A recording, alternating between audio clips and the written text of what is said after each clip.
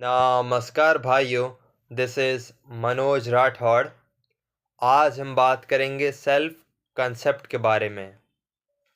आत्म जागरूकता, अपने आप को जानना कि मैं कैसा हूँ, मेरे विचार कैसे हैं और जो मुझे फ्यूचर में अचीव करना है उसके लिए मैं क्या करूँ, जिससे कि मैं और मेरा मन दोनों कनेक्ट हो सके और मैं समझूँ अपने आप को कि मैं क्या कर रहा हूँ अपने फ्यूचर को लेकर। इस सेल्फ कंसेप्ट को मैं एक नोवेल से समझाना चाहूँगा, जो कि हाल ही में मैंने रीड की है। The happiest man on earth, Eddie Jaku. Eddie Jaku को नाजीज़ के द्वारा प्रिजन बनाया गया था और उन्होंने लिखा है अपनी लाइफ जर्नी के बारे में दी happiest man on earth novel में कि उनका जन्म एक गरीब परिवार में हुआ था और उन्होंने मैकेनिकल में अप्रेंटिस की थी। और उसके बाद वो जब अपने घर आते हैं तो वहाँ उन्हें कोई नहीं मिलता है और सुबह जब वो वहाँ सोकर उठते हैं तो नाज़ीज़ आते हैं और उनको बहुत बुरी तरीके से मारते हैं और स्वास्तिक का उनके ऊपर चिन्ह बना देते हैं और उन्हें प्रिजन बनाकर ले जाते हैं और जेल में डाल देते हैं। वो जेल इतनी क्रूशल थी, आप समझ सकते हैं। उन्हें सोते टाइम भी लोग मर रहे थे, सोते टाइम भी लोग मर रहे थे। इतनी वहाँ सर्दी पड़ती थी और पहनने के लिए नाम मात्र कपड़े दिए जाते थे और वहाँ सर्वाइव करना बहुत मुश्किल था। डेली वहाँ बहुत से लोग सर्दी से ही मरे जा रहे थे और खाने के लिए भी बहुत कम खाना मिलता था। और सैनिक भी ऐसे थे जो उन्हीं में से थे, जूस में से। उन्हें कहा गया था कि अगर तुम इनको नहीं मारोगे तो तुम्हें भी प्रिजन बना दिया जाएगा, इसलिए वो मजबूर होकर सोल्जर बने थे।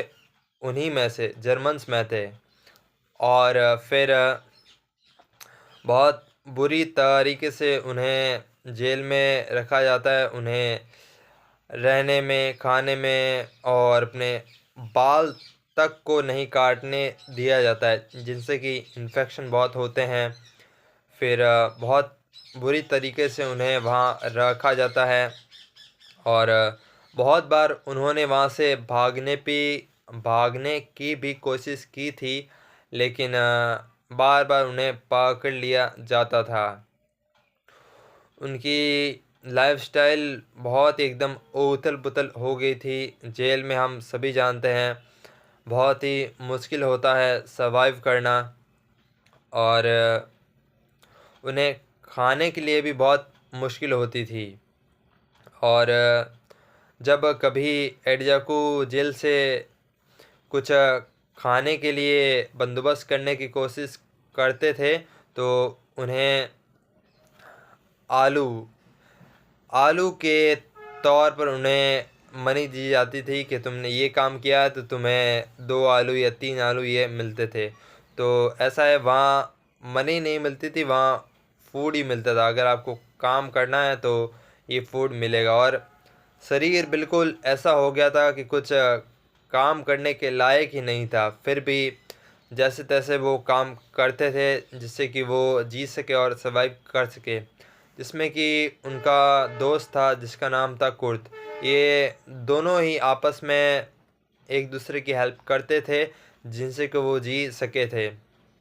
और जब नाज़ीज़ ने इनको पकड़ा था तो इनके मम्मी पापा को भी बाद में पकड़ लिया गया था और फिर एक ट्रक में उन्हें लोड किया गया था और एडजाकू को बोला गया था कि ये भी पीछे पीछे आ जाएंगे क्योंकि ये बूढ़े हैं तो चल नहीं पाएंगे।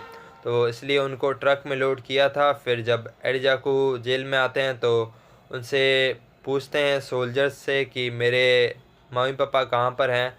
तो फिर सोल्जर्स उन्हें बहुत बुरा जवाब देता है कि उनको हाथ पकड़ के वो लेके जाता है और दिखाता है कि हाँ तुम्हारे मम्मी पापा को जला दिया गया है, राख उनको दिखाते हैं।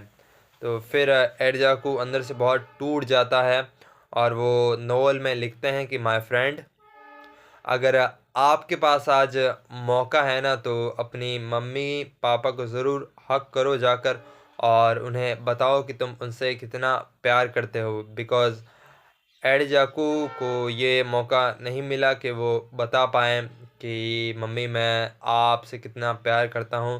तो एडजाकू कहते हैं कि आप ज़रूर बताएँ और एक अच्छी लाइफ़स्टाइल को जिए।